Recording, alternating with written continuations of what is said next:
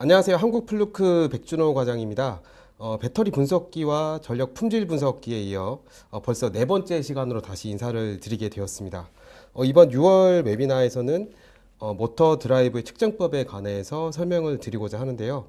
앞서 소개 영상에서 말씀드린 것처럼 인버터의 인입부와 출력부를 어떤 장비를 가지고 측정을 하여야 하며 또 어떤 장비를 가지고 어떤 측정값을 보아야 하는지 그에 따른 기준은 얼마인지에 관해서 전해드리도록 하겠습니다. 일단 PPT를 통해서 이론적으로 설명을 좀 드리고요. PPT가 이제 끝나고 난 다음 저희 그 모터 드라이브의 어떤 작동 상태를 이제 시연할 수 있는 데모 키트 장비가 있습니다. 이 키트 장비를 이용을 해서 스코프미터로 실질적으로 나오는 뭐 파형의 값이라든가 어떤 부분 측정해야 되는지도 한번 시연을 할 예정이니까 끝날 때까지 관심 깊게 좀 시청을 해주시면 아마 이런 모터 드라이브를 유지 보수하시는데 많은 도움이 되시리라 생각을 하고 있습니다. 그럼 처음으로 드라이브 시스템의 측정 항목에 대해서 좀 설명을 드리도록 하겠습니다. 지금 여기 나와 있는 이 표를 보시면 드라이브의 인풋 부분, 그러니까 저희가 메인단에서 들어오는 삼성 AC 전원, RST 상으로 구성된 삼상 전원이라고 보시면 되고요. 여기 파란색으로 보이는 부분이 저희가 드라이브와 드라이브 아웃풋, 그러니까 인버터 출력단 쪽에 있는 그림을 보여주고 있습니다. 그리고 녹색 부분은 실제로 저희가 이 PWM 신호를 이용을 해서 모터를 구동을 하고 어떤 기계적인 설비를 이제 움직일 수 있는 전원을 공급을 해주게 되는데요. 이 각각의 그 드라이브 인풋부 그리고 드라이브와 드라이브 아웃풋 부분, 이 부분에 대해서 어떤 장비를 가지고 어떤 측정을 해야 되는지 지금부터 자세하게 좀 설명을 드리도록 하겠습니다. 일단 드라이브 시스템에서 대응할 수 있는 측정 장비에 대해서 간략하게 먼저 좀 소개를 드리도록 하겠습니다. 이번 시간에는 전력 품질 분석기와 스코프미터에 좀 중점을 두고 설명을 드릴 예정인데요. 그 이외에도 그 모터 드라이브 시스템을 측정할 수 있는 장비는 좀 여러 가지 장비들이 있습니다. 앞서 말씀드린 것처럼 드라이브의 인풋 부분, 그러니까 메인 서플라이 부분에는 저희가 435 시리즈 2와 같은 전력 품질 분석기를 이용해 측정을 하게 되고요. 드라이브와 드라이브 아웃풋 부분은 저희가 190 시리즈와 같은 스코프미터를 사용해 측정을 하게 됩니다. 그러면 실제로 나오는 PWM 파형을 측정하실 수가 있고요. 그리고 모터의 로드라든가 건선 저항을 측정하기 위해서 289 같은 디지털 멀티미터 DMM을 사용하실 수도 있습니다. 모터 쪽으로 오시게 되면 모터의 절연이 파괴되진 않았는지 이런 부분으로 인해서 인사사고도 발생을 할 수 있기 때문에 모터의 그런 절연 측정을 하기 위해서 1507과 같은 절연 저항을 측정할 수 있는 절연 저항계 제품을 사용하실 수도 있을 거고요. 모터의 과열 상태를 확인하시거나 인입부 쪽의 RST 상의 상대적인 온도 편차를 측정하기 위해서 열화상 카메라를 사용을 하실 수도 있습니다. 그리고 모터와 연결된 기계적인 부분에서는 어떤 진동값은 없는지, 그 휠 얼라이먼트가 올바르게 연결이 됐는지를 확인하기 위해서 810 또는 830 같은 진동 측정 장비, 휠 얼라이먼트를 맞춰줄 수 있는 장비를 사용하실 수가 있습니다. 그래서 이번 시간에는 앞서 설명드린 것처럼 전력 품질 분석계와 스코프미터를 활용해서 그 모터 드라이브 시스템을 측정할 수 있는 부분에 대해서 자세하게 설명을 드리고자 합니다. 일단 장비 측정에 대해서 좀 설명을 드리기 전에 지금 웨비나를 시청하고 계시는 모든 분들 뭐 잘 아시고 계실 거라고 생각은 하지만 그 모터 드라이브의 원리에 대해서 간략하게나마 좀 설명을 드리고 시작하도록 하겠습니다. 인버터의 원리라고도 보실 수 있는데요. 내용은 간단합니다. 일단 삼상 AC로 들어오는 부분을 다이오드나 평화레로를 이용을 해서 DC로 정리를 하게 되고요. 자체적인 필터를 통해서 AC 리플 성분을 제거를 하고 노이즈를 제거한다고 보실 수도 있고요. 그리고 이 DC 전압을 이용을 해서 전자 스위치의 온오프 시간과 게이트로 나오는 퍼스폭 변조를 통해서 저희가 그 모터를 제어할 수 있는 PWM 신호를 만들어내게 됩니다. 이 PWM 신호를 이용을 해서 저희가 모터를 제어할 수 있도록 되는 거고요. 그 현재 삼성 모터 시스템의 핵심은 매일 효율적이고 활용도가 높은 인버터의 사용이라고 할 수 있겠습니다. 그래서 가변 주파수 드라이브 어플리케이션에서 이 인버터의 목적은 일정 진폭이나 주파수의 입력 전압을 읽어드려서 전압 및 주파수를 정밀하게 제어할 수 있는 출력으로 변환한다고 보시면 되는데요. 그 인버터 출력 전압과 주파수를 제어함으로써 모터에 대한 에너지를 보다 정밀하게 제어할 수 있고요. 회전하는 모터 축에 의해 생성된 기계적 동작을 쉽게 제어할 수가 있습니다. 그러면 이제 인버터를 사용을 하실 때 장단점에 대해서 좀 설명을 드려야 되는데요. 일단 장점에 대해서 먼저 좀 말씀을 드리겠습니다. 일단 연속적으로 광범위한 운전이 가능합니다. 그 이유는 기존 상용 삼상 전원을 사용하는 경우에는 지금 보시는 뭐 벨트나 감속기처럼 별도의 변속 장치가 꼭 필요하고요. 이 또한 세밀한 제어는 불가능하고 단계적인 변속만 가능하게 됩니다. 두 번째 장점으로는 시동 전류의 감소라고 말씀을 드릴 수 있는데요. 인버터 제어 같은 경우에는 소프트 스타트, 소프트 스탑이 가능하기 때문에 시동 전류가 전격 전류의 1.5배에서 2배 수준으로 저감이 가능합니다. 그리고 한 대 인버터를 통해서 여러 대의 모터를 제어할 수 있는 그런 장점이 있다고 말씀드릴 수 있고요. 단점으로는 어떤 부분이 있을지 여쭤봐도 될지 모르겠지만 아마 머릿속에 떠오르는 단어가 딱 하나 있으실 겁니다. 바로 고조파를 발생시키는 가장 큰 원인이 되는 게 바로 이 인버터라고 말씀을 드릴 수 있습니다. 그러면 이 인버터의 작동 단계를 한 간단하게 세 가지 정도로 좀 구분을 해서 설명을 드리도록 하겠습니다. 일단 삼상 AC 전원은 정류기에서 DC 전원으로 변환이 됩니다. 지금 보시는 AC to DC 컨버전을 통해서 DC로 변환을 하게 되고요. 이 변경된 DC 전압은 DC 버스로 일단 연결이 되게 되겠죠. DC 버스라고 하는 거는 밑에 이제 설명 보면 아시겠지만 직류 전원을 공급하는 모체가 되는 선을 뜻하고요. 여기에서 다른 곳에 직류 전원이 필요하면 이쪽 부분에 연결을 해서 이제 사용을 하시게 됩니다. 다음으로는 앞서 설명드린 것처럼 PWM 신호, 그러니까 펄스 위스 모듈레이트라고 하는데요. 저희가 PWM 신호 전압을 생성하는 단계라고 보시면 됩니다. 이는 전자 스위치 온오프 시간을 제어해서 펄스폭 변조된 출력 파형을 생성을 하게 되는 겁니다. 앞에서 이제 뭐 스위치 게이트에 대해서 좀 말씀을 드렸는데 좀 그림으로 쉽게 좀 설명을 드리기 위해서 제가 참고로 좀 준비를 했습니다. 그래서 DC로 정류된 부분을 지금 보시는 이 그림이 이제 IGBT라고 보시면 되는데요. 뭐 절연 게이트 양극성 트랜지스터라고 합니다.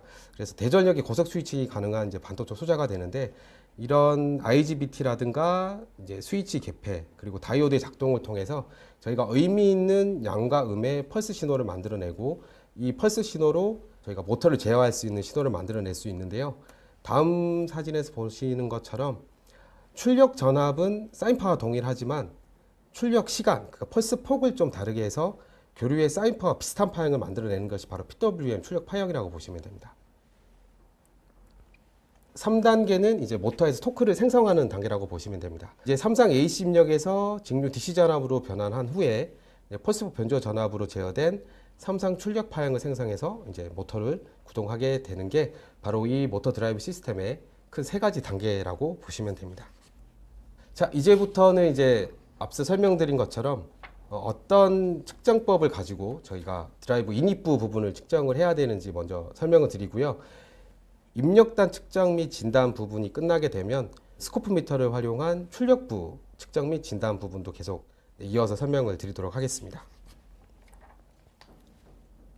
입력단 측정은 일단 저희 전력 품질 분석기 435를 기준으로 일단 설명을 좀 드릴 생각이고요. 지금 보시면 뭐 메인 입력단, 메인 서플라이 부분부터 해서 저희가 분배 전반을 지나서 모터 드라이브 시스템을 통해서 지금 모터에 PWM 신호를 보내주고 어떤 부하의 작동을 하게 됩니다. 그래서 지금 입력단 측정 같은 경우에는 드라이브 시스템의 모터 드라이브 시스템의 인입부까지가 저희가 입력단 측정이라고 볼 수 있고요. 입력단 측정의 목적은 크게 두 가지 정도로 볼 수가 있습니다. 전력 품질 분석기를 이용해서 하나는 이제 적절한 전력이 공급돼서 시스템 용량이 충분한지 이제 확인을 하는 부분이 있고요. 또 다른 하나는 드라이브 로드가 시스템 전체 전력 품질에 좀 악영향을 미치지 않는지를 확인하는 것입니다. 그래서 예를 들어서 드라이브가 고조파를 생성을 하진 않는지 다른 전기적 작동을 방해할 수 있는 저희가 DB라고도 얘기하는데요. 전압 강화라든가 수열 같은 전압 상승 그리고 트랜지언트 같은 과도 현상을 행성하지 않는지를 확인하는 것이 그 목적이라고 볼 수 있겠습니다. 다음은 공칭 전압 그리고 전류 주파수에 대해서 좀 설명을 드리도록 하겠습니다. 일단 전력 품질 분석기를 사용해 보신 분들은 뭐 이 노미널 볼티지라는 얘기를 상당히 많이 들으셨을 텐데요. 이 공칭 전압, 전류 및 주파수 같은 경우에는 정상 작동 조건에서 모터 드라이브 공급되는 정기적인 특성이라고 보시면 됩니다. 그래서 일단 그 전압과 전류 그리고 주파수를 측정하시기 위해서는 드라이브 입력단에 전원 품질 분석기를 각 RST 상 전압을 연결하시고요. 그리고 모든 클램프 센서에는 부하 방향이 표시가 되어 있습니다. 그래서 부하 방향으로 화살표가 향해서 연결하신 다음에 전류도 똑같이 RST 상을 연결하셔서 전압과 전류를 동시에 측정을 하실 수가 있습니다. 이런 공칭 전압을 측정하는 이유에 대해서 이제 설명을 드릴 텐데요. 지금 보시는 것처럼 만약 공칭 전압이 뭐 한 450V, 480V로 지금 설정이 되어 있는데 480V가 공칭 전압을 가지고 있는 일반적인 전기 설비를 측정하신다고 하셨을 때 지금 각 상으로 보시면 지금 476V 그리고 RS상은 450V 그리고 T와 R상 간에는 467V 정도의 전압값을 보이고 있는데요. 480V라는 공칭 전압 대비 플러스 마이너스 10%를 초과하는 값은 측정 기간 동안 공급 전압에 문제가 있음을 의미를 합니다. 그렇기 때문에 일반적으로 저희 산업 현장에서 가장 많이 측정하시는 뭐 델타 결선이라든가 Y 결선을 봤을 때 뭐 델타 결선 같은 경우에는 그 중성선을 낀 값이기 때문에 거의 220V가 공칭 전압이 되실 거고요.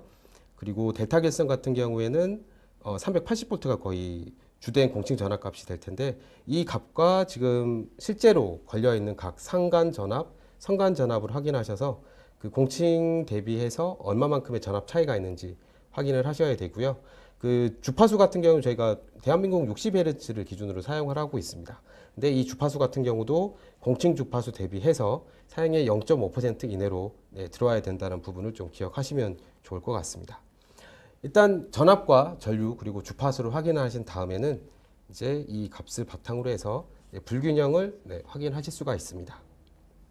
전압과 전류의 불균형은 이제 뭐 많은 분들은 아시겠지만 삼상의 전압 또는 전류의 크기가 서로 다르거나 이 위상각 자체가 120도로 위상 변이가 이루어지지 않은 경우에 발생을 하게 됩니다.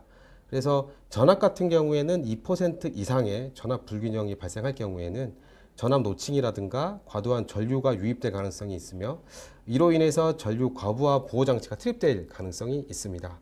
모터 터미널에서 전압 불균형은 이제 모터 작동에도 나쁜 영향을 미칠 수 있지만 드라이브 입력 쪽에서도 문제를 일으킬 수 있고요. 전압 또는 전류 불균형으로 인해서 모터 드라이브가 이제 정지되거나 손상될 수 있기 때문에 이러한 측정 값을 해석하는 방법을 이제 파악을 하시는 게 좀 중요한 부분이라고 설명을 드릴 수 있겠습니다. 다음은 그 언밸런스 측정 부분에 대해서 좀 설명을 드리도록 하겠습니다. 앞서 설명드린 것처럼 각 RST 상의 전압과 전류를 연결해서 측정을 해주시면 되고요. 그때 나오는 전압과 전류의 불균형 수치를 확인하시면 됩니다. 그래서 삼상 전력 분석기를 사용하시는 경우에는 삼상에 대한 전압과 전류를 동시에 측정을 하실 수 있기 때문에 멀티미터나 클램프 미터를 이용해서 하나씩 한 상별로 측정하시는 것보다 훨씬 간단하고 좀 효과적으로 측정을 하실 수 있는 장점이 있습니다. 지금 이제 다음으로는 좀 기준값에 대해서 좀 설명을 드려야 될 텐데요. 우선 전압 불평형은 반드시 2% 이내로 지금 들어와야 됩니다. 지금 이 화면으로 보이는 이 화면이 이 드라이브 인풋 부분의 이제 입력단 쪽을 이제 사삼오를 이용해 측정을 한 부분인데요. 지금 전압 불평형 같은 경우에는 네거티브 성분이 9%, 뭐 제로 성분이 8% 이상 이렇게 표시가 되어 있고 지금 전류 불균형 같은 경우에는 거의 40%, 60%에 육박을 하고 있습니다. 실제 측정하시는 라인에서 이 정도의 불균형 수치가 나왔다고 하면 지금 걸려있는 모터 드라이브 시스템 자체에 엄청난 과부하가 걸릴 수 있기 때문에 반드시 이 부분을 보수할 수 있는 작업이 필요하시다고 보시면 되고요.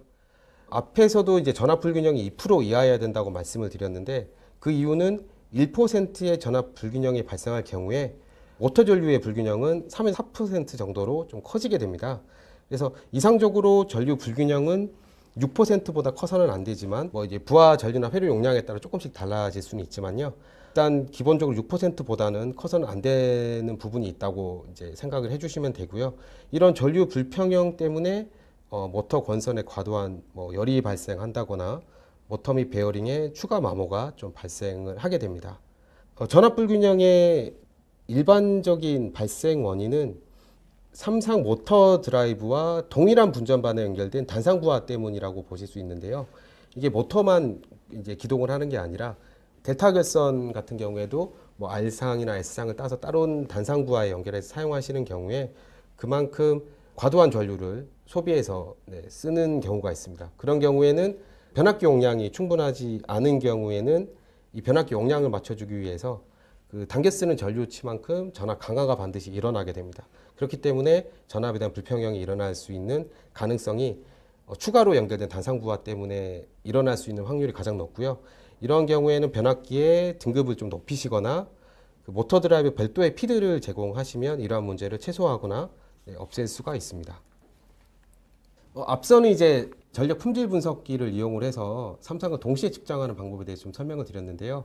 일단 뭐 금액적인 사유가 이런 부분 때문에 이제 이런 전력 품질 분석기를 보유하실 수 없는 고객분들은 이제 디지털 멀티미터라든가 클램프 미터를 이용해서 불균형률을 측정할 수 있는 방법이 있습니다. 그래서 수동 측정 방법에 대해서 좀 설명을 드리도록 하겠습니다. 지금 보시는 이런 멀티미터를 이용해서 각 상별로 R, S, ST, TR의 각 상 간의 전압 또는 전류값을 측정을 하게 되고요. 그 값을 일단 기록해 두시면 다음에 보시는 것처럼 불평형률을 이제 계산할 수 있는 방법이 있습니다. 지금 좀 식이 좀 복잡하게 이렇게 보이기도 하시겠지만 전체 불균형률은 구하는 공식은 전압이랑 전류랑 동일합니다. 그 최대 편차, 그러니까 저희가 평균 값을 구한 전압과 전류에 추출해낸 최대 편차 나누기 저희가 구한 평균 값을 나눠주고 거의 곱하기 100을 하시면 되는데 이렇게 설명드리면 좀 이해하시기 어려우실 것 같아서 제가 예제를 하나 들었습니다. 그래서 예를 들어서 R상에 30A, S상에 35A, T상에 30A가 걸려있는 지금 전기회로를 측정하실 때 전류에 대한 불균형은 몇 %인가를 이제 구하는 방법에 대해 설명 좀 드릴 텐데요. 일단 각 상에 30, 35, 30A 다 더해서 95라는 값을 구하실 수 있고요. 지금 평균값을 구해야 되기 때문에 다시 3을 나눠주시면 31.7이라는 에버리지 커런트 값을 얻으실 수 있습니다. 그러면 저희가 분모가 되는 에버리지 값은 지금 계산이 된 거고요. 그 다음에 이 31.7이라는 값을 대비해서 RST 중에 가장 큰 편차를 나오게 되는 값을 구하게 되면 됩니다. 지금 R상과 T상 같은 경우에는 31.7이라는 값을 대비했을 때 1.7이라는 값이 차이가 나지만 S상 같은 경우에는 35에서 31.7을 빼면 3.3이라는 값이 나오게 됩니다. 이게 저희가 앞서 설명드렸던 최대 편차 맥시멈 디비에이션 값이 되고요. 이 값을 다시 저희가 계산했던 에버리지 커런트 값 나눈 다음에 곱하기 100을 해주시면 저희가 최종적으로 구해야 되는 10.4%라는 전류 불균형 값을 얻으실 수가 있습니다. 그래서 이런 수동 측정 방법으로도 값을 얻으실 수 있으시겠지만 앞서 설명드린 것처럼 삼성과 동시에 측정할 수 있는 전력 품질 분석기를 사용하실 경우에는 장비 자체가 이런 값을 다 계산을 해주기 때문에 수동으로 계산해야 되는 불편함은 없어지실 거라고 생각을 하고 있습니다. 이제 다음으로 트랜지언트 과도 현상에 대해서 좀 설명을 드릴 텐데요. 과도 현상은 AC 입력 라인 또는 모터 재생 회로에서 2분의 1 사이클, 그러니까 반주기 미만의 이벤트라고 보시면 됩니다. 과도 현상은 모터 및 모터 회로의 다른 부분을 좀 손상시킬 수 있기 때문에 이런 부분에 대한 유지 보수 관리가 좀 중요하다고 말씀드릴 수가 있고요. 이런 과도 현상이 발생할 수 있는 가장 큰 원인으로는 일단 낙뢰가 있을 거고요. 스위치의 온오프 때라든가 다른 로드, 다른 부하에서 거꾸로 라인을 타고 들어오는 현상 때문에 발생한다고 좀 설명을 드릴 수 있겠습니다. 동일한 분전반에 연결되어 있는 다른 부하, 용접기라든가 이런 다른 작업을 하실 때 다른 부하라든가 역률 보정용 콘덴서의 오작동으로 인해서 과도 현상의 경우 장비 또는 설비에 어떤 직접적인 영향을 미칠 수 있는데요. 지금 과도 현상 같은 경우에는 어떤 설비에 직접적인 영향을 미치는 부분보다는 보호단자의 잦은 트립을 좀 유발할 수 있기 때문에 더욱더 문제가 된다고 보시면 좋을 것 같습니다. 그래서 이런 과도 현상을 캐치해내기 위해서라도 인입부 쪽에 전력 품질 분석기를 이용해서 주기적인 관리를 해주시는 게 중요하다고 말씀을 드릴 수가 있고요. 측정하는 방식은 앞서 설명드린 것처럼 동일하게 연결을 해서 측정을 해주시면 되고요. 보통 일반적으로 전력 품질 분석기를 사용하시면 과도 전압, 트랜지언트뿐만 아니라 딥스웰 같은 전압의 하강이라든가 상승 부분도 동시에 측정을 할 수 있게 됩니다. 트랜지언트 같은 경우에는 앞서 보시는 것처럼 지금 435를 이용해 측정한 화면인데요. 여기 전압 이렇게 튀어 있는 부분 보이시죠? 그래서 반 사이클 이내로 일어나는 임펄스, 그러니까 뭐 노이즈 같은 성분이라고 보시면 될 것 같습니다. 다음으로 설명드릴 부분은 이제 하모닉, 고조파에 대한 부분입니다. 아마 이 웨비나를 시청하시는 분들 중에 안전관리 직무를 담당하시는 분들은 아마 귀가 아프실 정도로 많이 들은 단어실 텐데요. 일단 고조파는 기본적으로 이제 그 의미를 좀 설명을 드리면 기본 파형의 다중 주파수 성분이라고 보시면 됩니다. 그래서 예를 들어서 뭐 60Hz의 두 번째 고조파는 이제 120Hz의 성분이 될 거고요. 이거 저희가 2차 고조파라고 얘기를 하고요. 60Hz의 다섯 번째 고조파는 이제 주파수 대역으로 하게 되면 300Hz 성분이 됩니다. 이를 저희가 5차 고조파라고 얘기를 할 수 있고요. 뭐 고조파의 주된 원인은 뭐 산업 환경에서 뭐 흔히 볼 수 있는 여러 가지 전자 부하 때문이라고 보시면 됩니다. 뭐 사무실에서 사용하는 이 컴퓨터라든가 뭐 여러 제어 장치라든가 뭐 인버터 드라이브나 뭐 에너지 절약 조명 같은 장치는 고조파 전압 및 전류의 원인이 될 수 있는 뭐 일반적인 전자 부하라고 이해를 하시면 될 것 같습니다. 이제 고조파를 측정하시려면 THD가 뿐만 아니라 뭐 차수별로 고조파 측정이 가능한 전력 품질 분석기를 이용해서 결선을 해서 측정을 해주시면 되고요. 고조파 같은 경우는 가장 일반적으로 이제 주주파수의 백분율로 이제 표시가 되게 되는데요. 만약 예를 들어서 한 220V 전압이 공칭인 분배 전반을 측정하신 경우에 예를 들어 3차 고조파가 2%다라고 하게 되면 이때 3차 고조파 전압이 한 6.6% 정도가 포함이 돼 있다고 보시면 됩니다. 이거는 이제 뭐 간단하게 3차 고조파기 때문에 3 나누기 100을 하신 다음에 그대로 그 공칭 전압값이 220을 곱하면 원래 얼마만큼의 이제 전압값이 실제로 포함되어 있는지를 이제 확인하실 수 있으시고요. 일반적으로 저희가 이제 퍼센트를 이용을 해서 하모닉 성분이 얼마다라고 얘기를 하고 있고, 뭐 THD 같은 경우는 아마 많은 분들 뭐 어떤 용어인지 다 아시고 계시겠지만 THD라고 하면 일반적으로 모든 이제 왜곡의 합, 총 고조파 왜곡률이라고 저희가 얘기를 하고 있습니다. 일단 이 하모닉을 측정을 하셨을 때 이 THD 값이 6% 이상의 값이 나온다고 하면 좀 관심 깊게 주의를 기울이고 다시 한번 측정을 하셔야 될 것 같습니다. 이제 총 고조파 왜곡 같은 경우에는 이제 2차 고조파에서부터 50차 고조파까지 이제 모든 고조파 차수를 측정해서 나온 값이라고 보시면 되고요. 실질적으로 50차 이상에서도 고조파가 발생할 수 있지만 이 부분 같은 경우는 거의 저희 전력 품질에 미치는 영향이 워낙 미비하기 때문에 그렇게 중요하지 않은 부분이라서 굳이 그 부분까지는 측정을 하셔야 될 필요는 없으시고요. 일단 전압 THD가 6%보다 큰 경우 같은 경우에는 어떤 차수의 고조파가 THD 값에 가장 큰 왜곡을 일으키는지 확인을 반드시 해주셔야 됩니다. 그래서 만약 5초 고조파가 높다, 뭐 7차가 높다, 3차가 높다 그런 부분에 따라서 이 값을 토대로 이제 어떤 고조파 필터를 설치해서 뭐 이런 안 좋은 성분을 제거할 수 있는지 근거를 도출하는 부분으로 이제 사용을 하실 수가 있고요. 일단 서로 다른 고조파는 이제 이런 잠재적인 문제를 나타내게 되는데 뭐 예를 들어서 이제 강한 짝수 번째 차수, 그러니까 두 번째나 네 번째 고조파 같은 경우에는 뭐 측정적인 회로에 연결된 이제 장치에서 반사되는 DC 전압이 있음을 나타낼 수도 있습니다. 그래서 이는 종종 이제 부하의 그 일부를 구성하는 인버터, 그러니까 정류기 때문일 수도 있고요.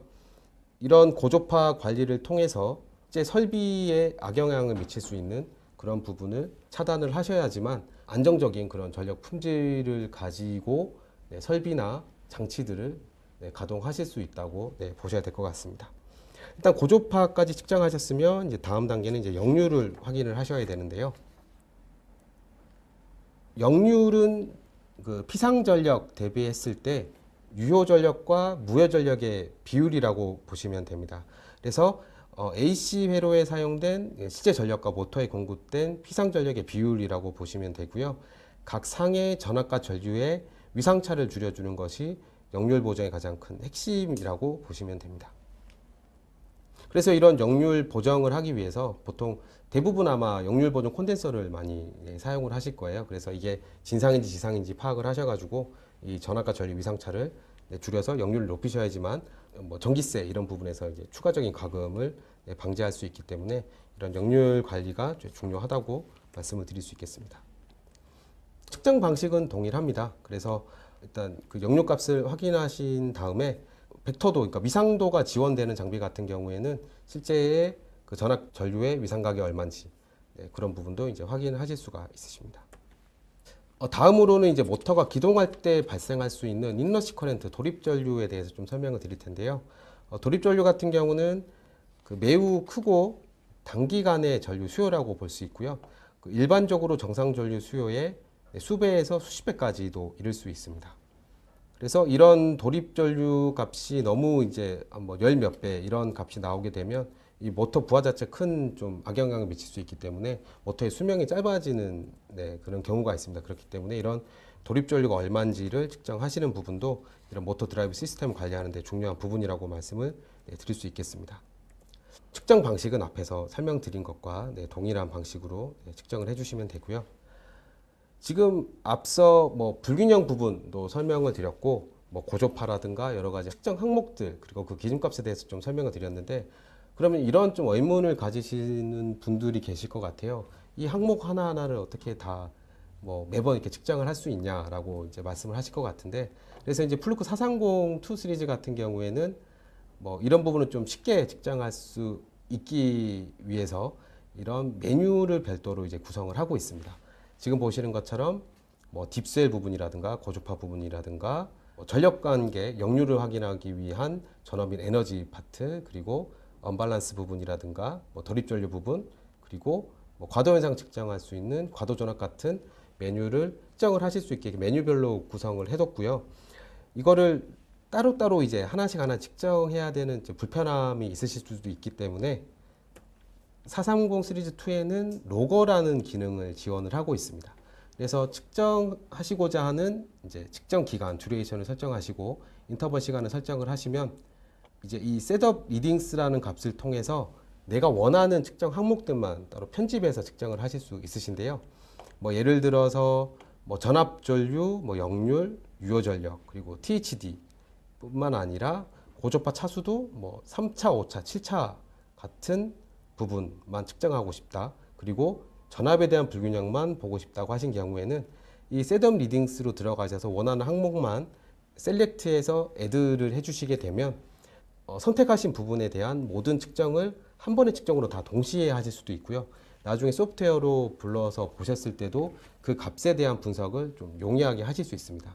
그래서 이런 로거 기능이 있는 제품을 사용을 해 측정을 하시면 제가 앞서 말씀드렸던 모든 측정 항목들을 단 한 번의 측정으로 다 검사를 하고 그 데이터를 받아보실 수 있기 때문에 여러 번 측정하는 번거로움 없이 한 번의 측정만으로도 이 모든 값들을 보실 수 있다고 설명을 드릴 수 있겠습니다. 이 부분 같은 경우는 이제 이벤트 같은 부분이 어떻게 이제 검출이 되냐에 대한 설명 부분인데요.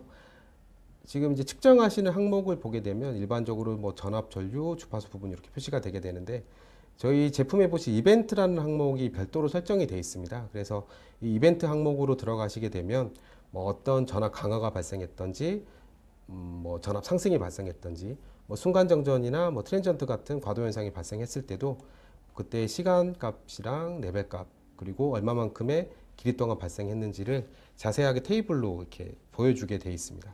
그래서 어떤 측정을 하시더라도 이런 이벤트 부분은 별도로 다 캡처가 되기 때문에 좀 더 손쉽게 전력 품질 관리를 하실 수가 있습니다. 지금까지는 그 드라이브 입력부를 그 전력 품질 분석기 플러키 430 시리즈 2를 이용해 측정하는 부분에 대해서 좀 설명을 드렸고요. 지금부터는 스코프미터를 활용을 해서 드라이브 출력단을 측정하고 진단하는 부분에 대해서 좀 설명을 드리도록 하겠습니다.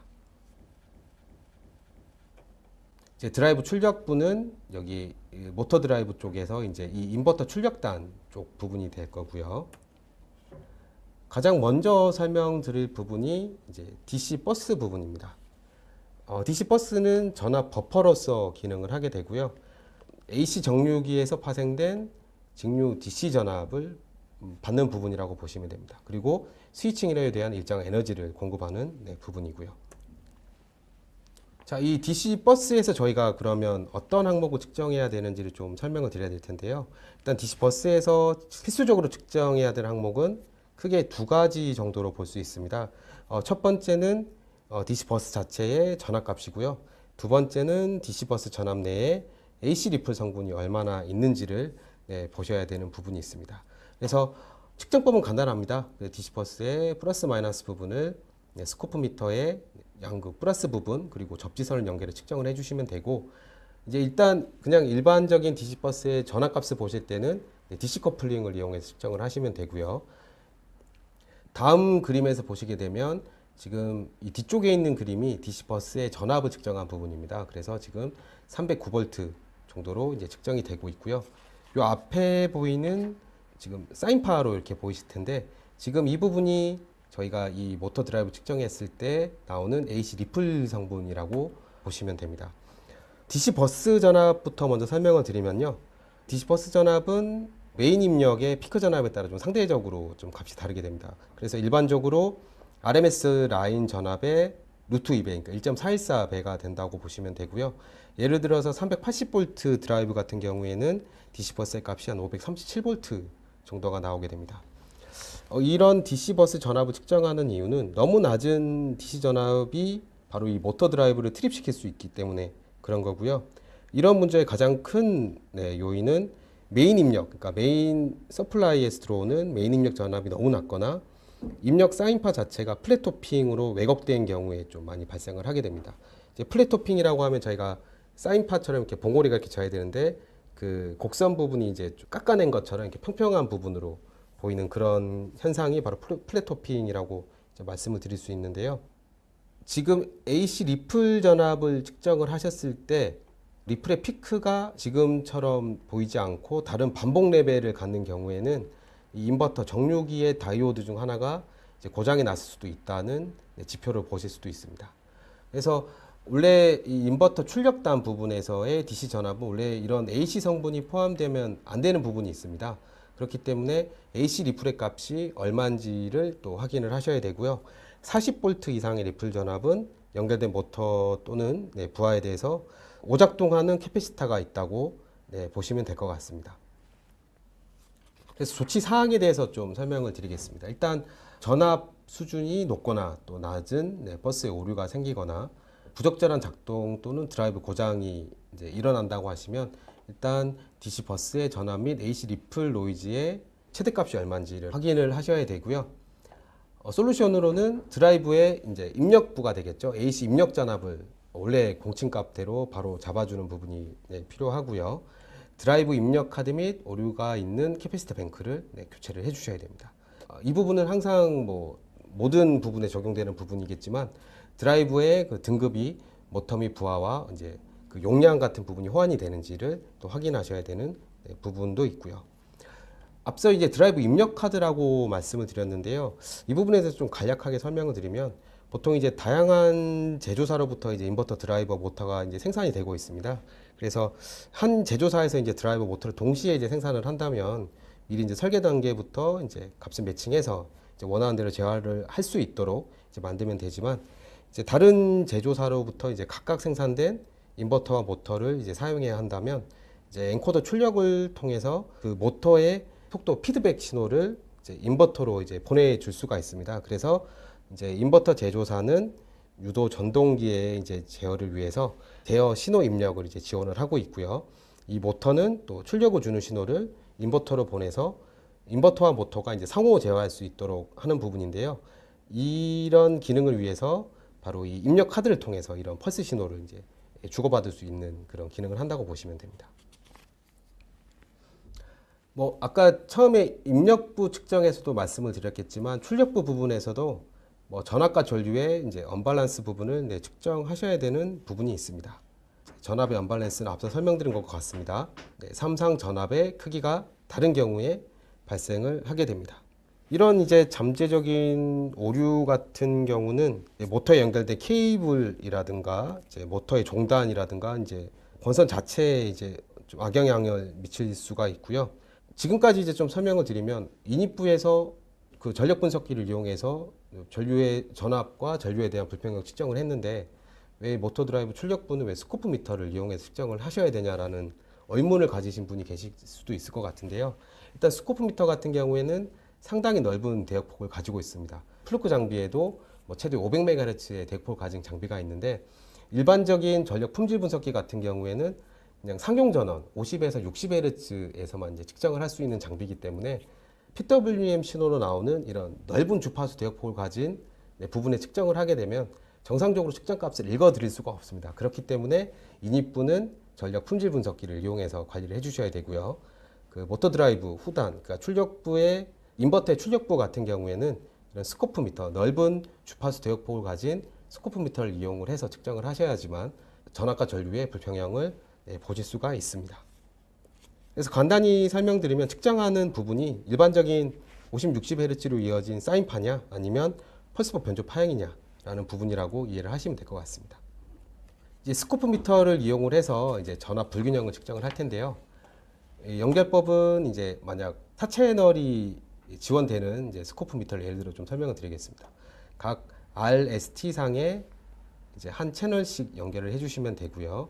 이제 R 상에 플러스 저희 양극 부분 연결해 주시고 접지를 다시 S 상에 연결해 주시는 방식으로 계속 교차해서 연결을 하신다고 보시면 됩니다. 그래서 R 상 그리고 S 상 연결해 주시고 그 다음 S 상, T 상 그리고 T 상과 R 상을 서로 교차해서 연결해 주시면 이제 올바른 전압 측정을 하실 수가 있고요. 이 도출된 전압 값으로 인해서 전압의 언밸런스율을 측정하실 수가 있습니다. 계산하는 방식은 앞에서 멀티미터를 이용해 측정하셨을 때 제가 수동 계산법을 설명을 드렸는데 그 부분과 동일하다고 보시면 되고요. 지금 이 부분이 이제 저희 앞서서는 이제 사인파 모양으로 나왔었는데 지금 이제 드라이브 출력단 같은 경우에는 이제 PWM 신호로 나오기 때문에 이런 펄스 파형으로 표시가 되게 됩니다. 이런 펄스 파형을 측정을 하셔서 어떤 파형 자체 이상이 있는지 없는지 유무를 확인하실 수도 있고 그때 도출되는 전압값을 활용을 해서 전압 불균형을 이제 계산을 하실 수가 있고요. 인입부와 동일하게 2% 이상의 불균형은 문제가 된다고 보시면 됩니다. 다음은 조치사항에 대해서 좀 설명을 드리겠습니다. 전압 전류 레벨에 고조 출력 오류가 있으시거나 모터의 온도가 상승하신다거나 부적절한 작동이나 드라이브 고장이 있으신 경우에는 앞서 설명드린 것처럼 각 상의 전압, 전류, 그리고 모터의 온도, 그리고 건선 저항 및 절연 저항을 측정을 하시고요. 이런 경우에는 이제 모터의 부하를 차단하신 다음에 이제 부하의 변동에 따른 전압과 전류의 균형을 확인을 하시면 됩니다. 다음은 전류 언밸런스에 대해서 이제 설명을 드릴 텐데요. 이 부분도 측정 방식은 동일합니다. 스코프미터를 이용해서 전류를 측정할 수 있는 클램프 센서를 각 상에 연결해 주신 다음에 이제 측정을 하시면 되고요. 지금 보시는 요 그림 설명과 같습니다. 그래서 드라이브 출력 단자 모두에 이제 전류 클램프, 그러니까 전류 센서가 연결된 오실로스코프를 사용하여 각 단자의 전류를 측정을 해주시면 됩니다. 계산하는 방식은 동일하다고 보시면 되고요. 앞서 설명드린 것처럼 삼성 전동기의 전류 불균형, 그러니까 인버터 출력단 쪽입니다. 동일하게 6%를 넘지 않아야 되고요. 전압 불균형이 만약 허용 한계 내에 있는데도 좀 과도한 전류 불균형이 감지된다고 하시면 모터 권선의 단락, 다른 단상부하가 접지로 단락된 것일 수도 있습니다. 이제 다음은 리플렉션, 반사파에 대해서 좀 설명을 드릴 텐데요. 아마 이 부분은 좀 생소하게 느껴지시는 분들이 좀 많으실 거예요. 그래서 이 반사현상 같은 경우에는 전체적으로 연결된 회로의 임피던스 변화 때문에 이제 발생을 하게 됩니다. 그래서 일반적으로 이제 신호를 좀 잘 전달하기 위해서는 출력 임피던스와 케이블의 임피던스 그리고 입력 임피던스의 좀 매칭이 중요한데요. 종단부, 그러니까 이 끝단부의 임피던스가 맞지 않으면 반사된 파형이 되돌아와서 드라이브 출력단 쪽에 파형의 왜곡을 좀 초래하게 되는데 이런 반사 값의 이제 피크 값 같은 경우에는 디시버스 전압 레벨만큼 높을 수도 있고 그보다 더 높게 튀는 경우도 있습니다. 그래서 이런 오실로스코프를 이용해서 측정을 하시게 되면 지금 이제 보시는 것처럼 이런 스파이크 그러니까 부분으로 이제 표시가 되게 되는데요. 일반적으로 디지털 멀티미터를 이용을 해서 이런 반사파를 측정하시기에는 여기 나와 있는 설명처럼 주파수 대역폭이라든가 인터벌 시간이 너무 낮기 때문에 정확한 측정은 불가능하다고 보시면 되고요. 이런 순간적인 PWM 신호의 과도 현상을 측정하기 위해서는 오실로스코프로만 측정이 가능하다고 보시면 됩니다. 그래서 이런 반사파 측정을 위해서 보시는 것처럼 연결을 해서 이제 측정을 해주시면 되고요. 지금 이제 보이시는 부분이 R과 T상, 그러니까 A상과 C상 같은 경우는 크게 이상이 없으신데 비상 같은 경우에는 지금 이 전압값이 튄 부분이 좀 크게 보이실 거예요. 그래서 이런 반사파로 인해서 스파이크, 전압의 튑 현상이 발생할 수가 있고요. 공칭 전압 대비했을 때 50%보다 큰 반사값은 이게 어떻게 보면 과도 현상이라고 얘기할 수 있는데, 이거는 이제 모터에 있어서 이제 좀 문제를 발생할 수가 있습니다. 그래서 인버터와 이제 전동기를 연결하는 케이블의 길이가 이제 긴 경우에 그 케이블의 누설 인더턴스랑 이제 그 커플링 캐패시턴스의 임피던스가 이제 같아지는 이제 공진로 회로가 되어버리기 때문에 이제 전동기 단자에 이제 고주파 진동을 좀 유발을 하게 되고요. 이로 인해서 전동기 절연에 과전압과 추가적인 스트레스를 줄 수가 있습니다. 이런 데이터를 좀 검색을 해보시면 이런 케이블 길이에 따른 뭐 논문이라든가 이런 부분들 좀 많이 찾아보실 수 있으실 텐데요. 뭐 간단하게 좀 설명을 드리자면 PWM 펄스 상승 시간이 만약 0.1 마이크로세크라고 하신다면 단자 종단에서 이제 전압이 2배가 되는 케이블의 길이는 한 5.8m 정도라고 보시면 되고요. 이 펄스 상승 시간이 한 5 마이크로세크 정도 되신다고 하시면 이런 반사파 때문에 전압이 2배가 되는 케이블의 길이는 약 한 300m 정도가 된다고 보시면 됩니다. 이제 조치 사항을 좀 말씀을 드리도록 하겠습니다. 모터에 좀 소음이 많이 발생을 하신다거나, 뭐 드라이브 출력 전압 및 전류의 오류가 발생하신다거나, 뭐 드라이브랑 뭐 케이블, 베어링 및 모터의 수명이 좀 짧아지신다고 하실 경우에 앞서 설명드린 것처럼 뭐 피크 투 피크 전압, 그러니까 얼마만큼의 이제 스파이크 노이즈가 이제 과도 현상이 발생하는지를 한번 측정해 보실 필요가 있고요. 멀티미터를 이용해서 뭐 건선 저항이라든가 뭐 절연 저항을 측정해 보실 필요도 있고, 뭐 진동계를 이용해서 이제 베어링의 진동을 이제 측정하실 수가 있습니다. 그래서 앞서 설명드린 것처럼 이런 공진값을 없애주기 위해서 RC 임피던스 매칭 필터를 뭐 드라이브 모터사에 설치를 해주신다거나 로우 패스 필터라든가 직렬 리에이터를 설치를 해주시면 됩니다. 그리고 케이블의 길이가 아까 앞서 설명드린 것보다 좀 더 긴 경우에는 케이블의 연결 길이를 줄여주시는 것도 이런 과도 현상을 줄여줄 수 있는 하나의 방법이라고 볼 수가 있겠습니다. 지금까지 전력 품질 분석기와 스코프 미터를 활용을 해서 모터 드라이브의 인입부와 출력부를 이제 어떤 방식으로 측정을 하고 어떤 측정 값을 봐야 되는지 설명을 드렸고요. 지금부터는 이제 스코프 미터를 활용을 해서 실제로 이제 측정하는 부분에 대해서 좀 이제 실제로 제품을 보면서 한번 설명을 드리도록 하겠습니다.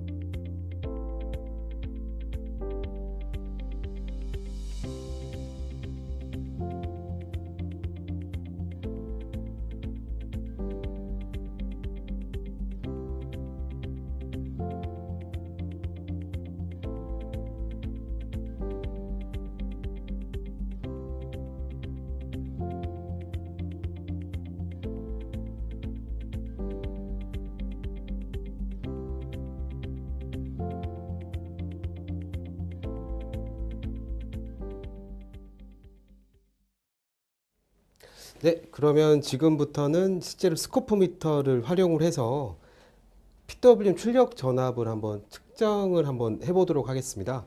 지금 여기 옆에 보이시는 게 이제 모터 드라이브 시스템 저희 데모를 위해서 만들어진 데모 튜브라고 보시면 되는데요.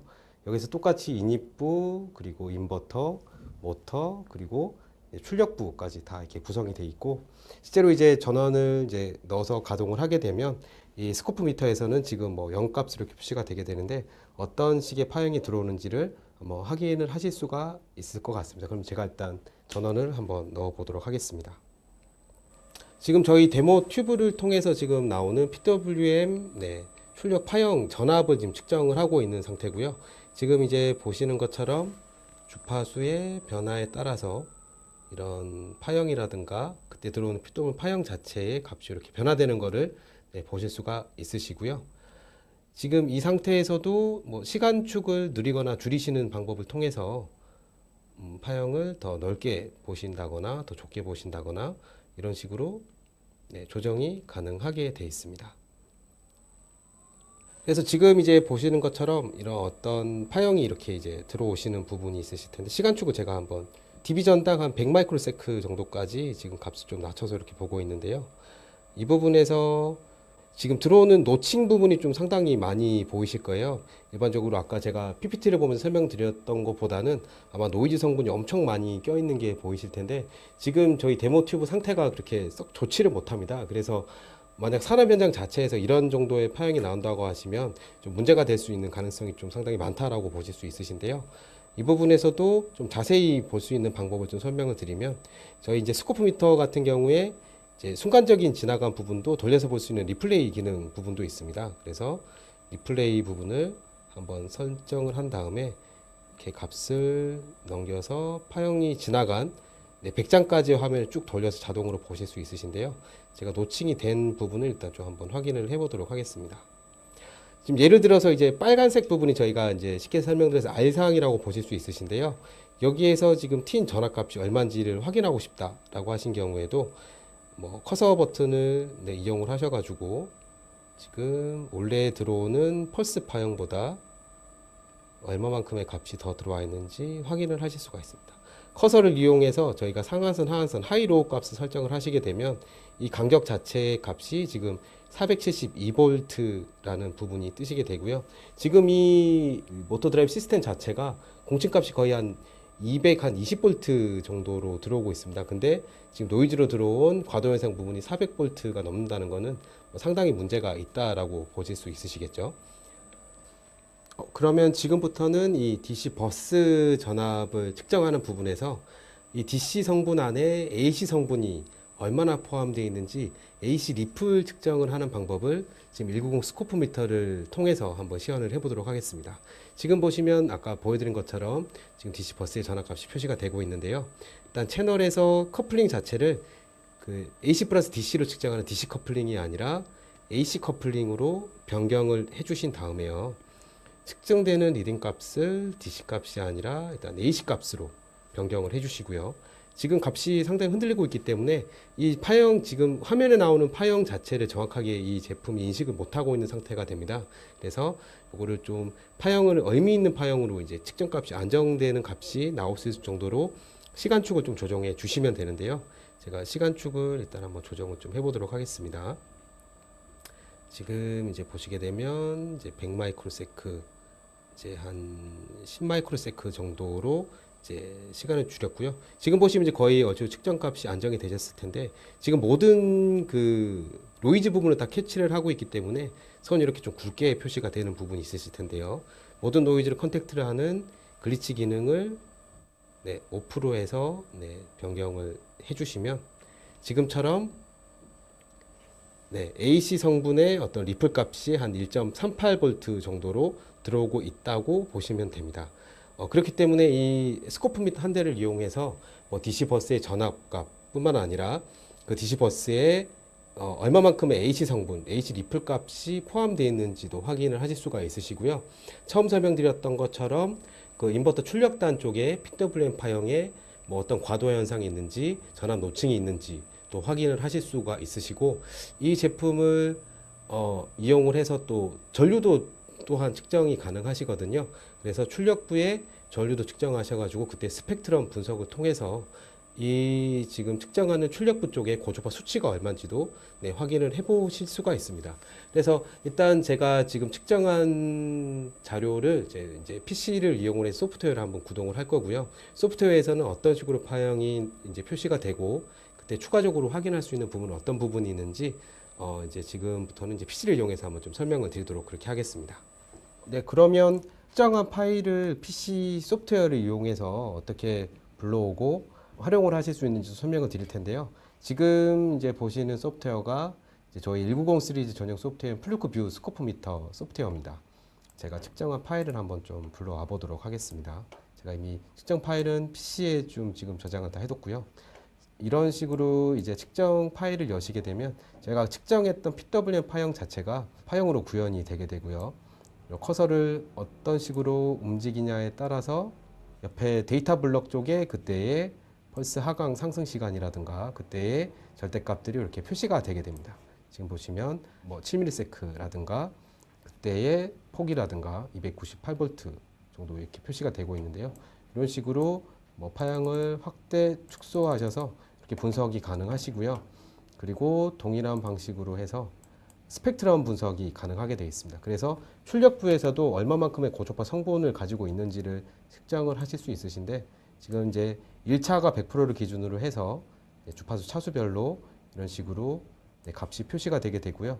옆에 데이터 블록을 보시게 되면 동일하게 이 지금 측정된 그 인버터 출력부 쪽에 THD 값이라는 지금 22% 정도로 나오고 있는데, THD 값이라든가 각 차수의 값도 이제 확인을 하실 수가 있습니다. 지금 2번 포인트를 이용을 해서 제가 지금 움직이고 있는데요. 옆에 보시면 지금 Y2 축에 보시면 지금 0.9%, 1.4% 이렇게 값이 표시되는 부분이 있으실 거예요. 그래서 이런 스펙트럼 분석을 이용해서 FFT 분석을 이용을 해서 각 차수별의 고초파 수치도 확인을 하실 수가 있습니다. 제가 다른 업체를 좀 방문을 해서 지금 설명드린 것과 동일한 방식으로 해서 좀 측정된 데이터가 있는데 그 부분을 한번 좀 보여드리도록 하겠습니다. 일단 인버터 출력부 쪽에 전압을 측정한 파형인데요. 지금 이제 보시는 것처럼 저희 PWM 파형이 이제 노이즈 부분까지 다 포함을 해서 RST 이상의 이제 부분에 표시가 돼 있고, 이런 노이즈 부분까지 다 측정하는 부분을 제거하고 싱글 커브로 보고 싶다고 하시면 이런 식으로 싱글 커브로 해서 이제 분석을 하실 수도 있습니다. 이런 경우에도 동일하게 스펙트럼 기능을 이용을 해서 차수별의 고초파 수치를 확인을 하실 수가 있으시고요. 지금은 인풋 A를 제가 이제 R상을 선택했기 때문에 R상에 대한 이제 고초파 수치가 이렇게 나오고 있고요. 요건 이제 실제 이제 산업 현장에 있는 그 인버터 출력단 쪽을 측정한 자료입니다. 그래서 지금 보시게 되면 뭐 THD 값이 한 40% 정도 상당히 좀 높게 나오는 부분이 있고요. 그때 차수별 값을 봤을 때도 뭐 3차 그리고 뭐 5차, 7차 부분 이런 식으로 해서 값을 확인하실 수도 있습니다. 전류 측정 부분 같은 경우에도 동일하게 전류 센서를 연결하셔가지고 측정을 하실 수가 있는데요. 이 부분도 동일한 업체의 인버터 출력단의 전류값을 측정한 데이터 자료라고 보시면 됩니다. 이 부분도 노이즈 부분을 제거한 싱글 커브로 확인을 하실 수가 있으시고요. 동일하게 어떤 스펙트럼 분석을 이용을 해서 차수별 고초파 수치가 얼마나 포함이 되어 있는지 확인을 하실 수도 있고요. 만약 그 스코프미터에서 미리 찍어둔 스크린샷이 있다고 하시면 지금 이제 보시는 것처럼 이런 식의 스크린샷도 불러서 확인을 하실 수 있으시고, 나중에 어떤 뭐 보고서라든가 이런 부분에 이제 뭐 첨부해서 넣어야 될 부분이 있다고 하시면 이런 스크린샷 부분도 바로 첨부해서 넣으실 수 있으시고, 아까 그 제품 자체에서도 이제 이런 스펙트럼 부분이 이제 표시가 되긴 하는데요. 그 부분을 한번 제가 보여드리겠습니다. 이제 사진을 이제 보시게 되면 제품 자체에서 스펙트럼 분석을 하게 되면 제가 아까 그 데모 튜브를 시연을 할 때 이 부분을 보여드리진 않았는데, 지금 각 주파수 대역별로 얼마만큼의 고초파 성분이 껴 있는지도 이렇게 표시를 해서 보실 수 있으시고요. 커서를 꺼내서 이렇게 보시게 되면 가장 높은 차수가 포함된 주파수 성분이 얼마만큼인지 지금 보시면 2.82kHz 부분에서 가장 높은 수치가 나와 있는데, 이런 부분을 활용해서 여러 가지 사용을 하실 수가 있습니다. 그래서 지금까지 이제 전력 분석기를 사용을 해서 인입부 쪽에 어떤 측정을 하는지에 대해서 좀 설명을 드렸고요. 출력부 쪽에도 이런 스코프미터를 활용해서 전압이나 전류 그리고 뭐 이런 스펙트럼 분석을 하는 부분을 이제 설명을 해 드렸고요. 이 두 장비를 같이 이제 섞어서 이제 측정할 수 있는 장비가 있다고 하면 상당히 좋을 텐데, 뭐 아직까지는 이런 주파수 대역폭 문제 때문에 일단은 뭐 인입부와 출력부를 나눠서 이런 포터블 타입의 형식의 제품을 가지고 측정하시는 게 좀 가장 쉽고 편안한 측정 방식이라고 보시면 될 것 같고요. 앞서 설명드린 것처럼 데이터를 활용을 해서 그 모터 드라이브 시스템 전체에 대한 인입부 쪽과 출력부 쪽에 유지 보수 관리를 하신다면 사전에 이제 어떤 사고를 이제 발생하는 부분을 미연에 방지를 할 수 있는 부분이 있어서 이런 유지 보수 관리에 상당히 많이 도움이 되실 거라고 생각을 하고 있습니다. 지금까지 스코프미터를 활용한 측정 방법에 대해서 이제 간략하게 뭐 현장에서 이렇게 실제로 걸어보면서 측정할 수 있으면 더 좋았겠지만 지금 좀 상황이 여의치 않아서 저희 그 데모 튜브를 이용해서 좀 측정하는 방법에 대해서 소개를 해드렸고요. 좀 많은 도움이 되셨으면 좋겠는데 추가적으로 궁금하신 점이나 뭐 실제 이 제품에 시연이 필요하신 경우에는 뭐 언제든지 저희 한국플루크에 연락을 주셔서 저희 백준호 과장을 찾아주시면 되고요. 지금 긴 시간 동안 이렇게 뭐 끝까지 시청을 해주신 네, 고객분들께 네, 감사 인사를 드리고 이 시간을 마치도록 하겠습니다. 다음 웨비나 때는 더 좋은 내용과 주제를 가지고 다시 한번 찾아뵙도록 하겠습니다. 네, 감사합니다.